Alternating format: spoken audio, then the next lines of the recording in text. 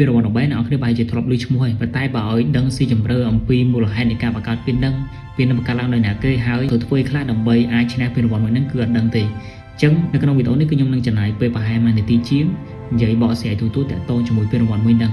តាមពិតពីដើមឡើយគឺមានអ្នកប្រាជ្ញម្នាក់ឈ្មោះថា Alfred Nobel គាត់គឺជាអ្នករកឃើញនៅសារធាតុ Dynamic ដែលជាសារធាតុផ្ទុះហើយគាត់ក៏ទទួលបានប្រាក់ចំណូលយ៉ាងច្រើនពីការលក់នៅសារធាតុផ្ទុះមួយហ្នឹងហើយមូលហេតុដែលគាត់បង្កើតពានរង្វាន់ Nobel ហ្នឹងឡើងគឺដោយសារតែរបបកម្ពុជារបស់គាត់ហ្នឹងបានប៉ះពាល់ទៅដល់ជីវិតមនុស្សសត្វបង្កជាគ្រោះថ្នាក់គ្រោះមហន្តរាយដោយសារតែសង្គ្រាម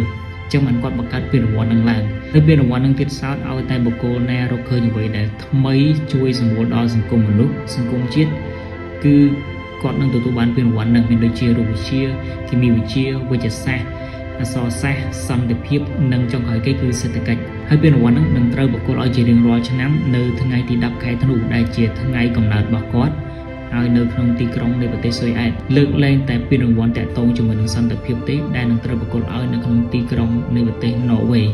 ចឹងអង្គភាពបានយកទទួលតាក់ទងជាមួយពានរង្វាន់ Nobel ហើយពានហ្នឹងមិនមែនជាពានធម្មតាទេវាតាក់ទងជាមួយពានរង្វាន់នៅការរកឃើញអ្វីមួយដែលថ្មីសម្រាប់ពិភពលោកឬក៏តាក់ទងជាមួយនឹងការផ្លាស់ប្ដូរនៅពិភពលោក